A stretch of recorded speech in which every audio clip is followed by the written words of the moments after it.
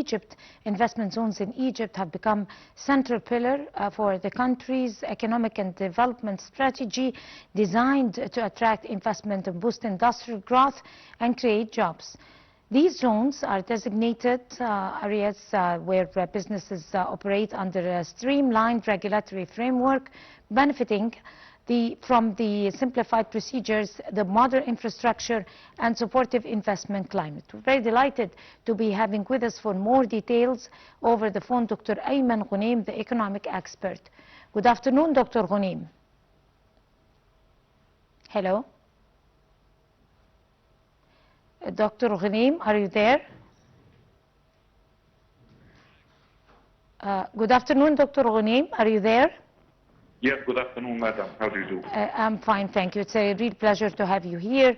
And my first question to you is that, could you explain what investment zones in Egypt are there that are flourishing and how they differ from free zones or industrial zones?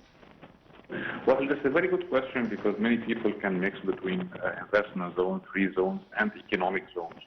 So talking about investment zones, they are established, licensed, and they operate under law number 72 of the year 2017, which allows special investment zones that can be either a private sector or public sector. Each investment zone focuses on the investment in a certain sector. So they can be touristic investment zones, industrial investment zones, logistics, or service industrial zones.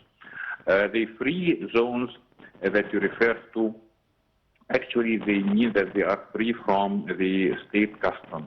They operate outside the state custom, and they are geared towards exportation, and they target the manufacturing and service activities that lead to exportation. So we have, in Egypt, we have around 9 free zones, including the most famous of which, the Master City free zone and Alexandria free zone. And the operators in such free zones, they can import merchandise outside of the state custom system. Then they can process such merchandise and they can re-export it. They are exempted from the value-added taxes, and they are exempted from the customs unless they sell the merchandise inside the country. So such merchandise then is treated as imported merchandise. The economic zones, actually in Egypt, when we refer to the economic zones, we treat the Suez Canal economic zone. And such economic zone operates under a special law. The law number 83 of the year 2000 regarding the special economic zones of Suez Canal, and was structured and amended by law number 27 2015. So such laws create a special jurisdiction for the economic zone of Suez Canal with special incentives and special provisions. And the economic zone of Suez Canal, actually, as we know, it extends across 6 ports from Adabiya and Sokhna in southern Suez Bay, Tor in southern Sinai, east and west Port Said ports, and the port of Arish. So the 3 types of zones, whether investment zone or free trade zone or economic zone, the 3 types, they form an integrated whole, actually, in the country's economic and social development plan, aligned with the state ownership policy that was announced in May 2022 and the vision of Egypt 2030. Right. What are the main objectives behind establishing investment zones across the country, actually?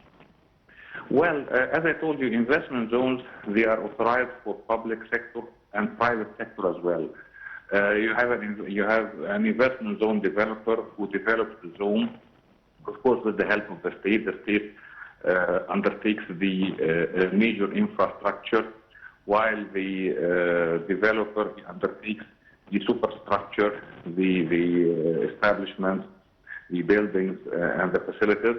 And each investment zone is targeting or focuses on certain type of industries or services, so they can be manufacturing or logistics or services.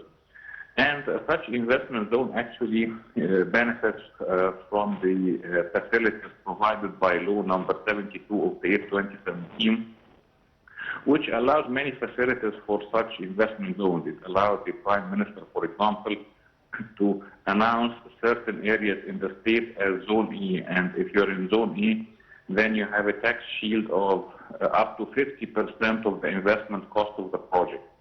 The Zone A includes the areas with strategic importance in the country's socio-economic development plan. And the rest of the country actually is in Zone B, where the government can give a tax shield of up to 30% of the investment cost of the project.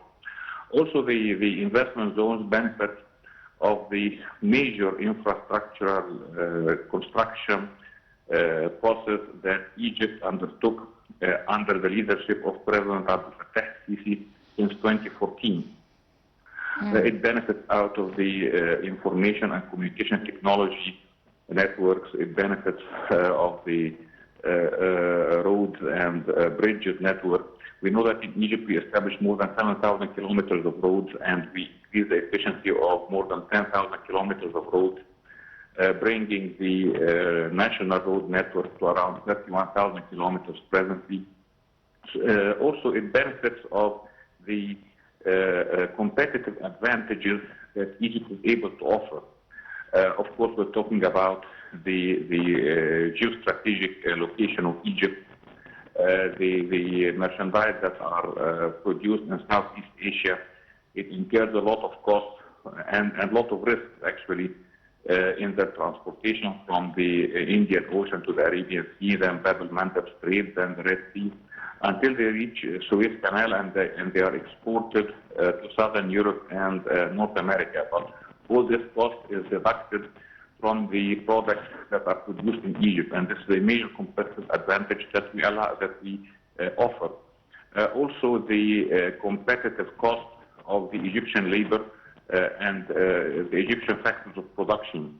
Of course, such competitive costs, we have to admit that it emanated from the depreciation of the Egyptian pound, which of course led to inflation, to increasing inflation in Egypt, but at the same time, it increased our competitive efficiency, and it allowed us to attract more foreign investments, especially in the labor-intensive areas. What role exactly do those zones play in attracting both local and foreign investment?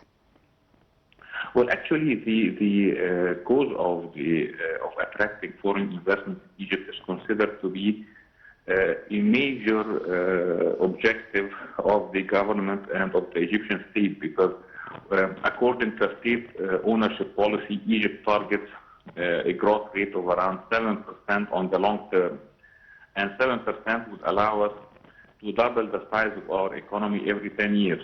And then we can use different mechanisms of social protection and equity, increasing the minimum salary in different sectors in order to distribute the fruits of such development on all sectors and on all classes of the society. So to achieve such a growth rate of 7%, Egypt needs an investment rate of around 25 to 30% of its GDP. And being a middle to low income country, our saving rate cannot sustain such a high investment rates of 25 to 30%. That's why attracting foreign and regional investment is crucial to our development plan and to achieving Egypt's vision of 2030. Such investment zones play an important role in the attraction of foreign investment, and especially that they complement the free trade zones and the economic zone of Suez Canal, creating a form of synergy. Because when you have specialized investment zones that are specialized in certain industries, you start encouraging the development of feeding industries around it, and you start encouraging the development of labor communities around it. So this creates efficiencies and economies of scale. And integrating such zones with the free trade zones as well as with the economic zone of Suez Canal would help in achieving such high crop rates. Right. On that note, Dr. Ayman Ghonem, the economic expert, would like to thank you so much for your valuable input.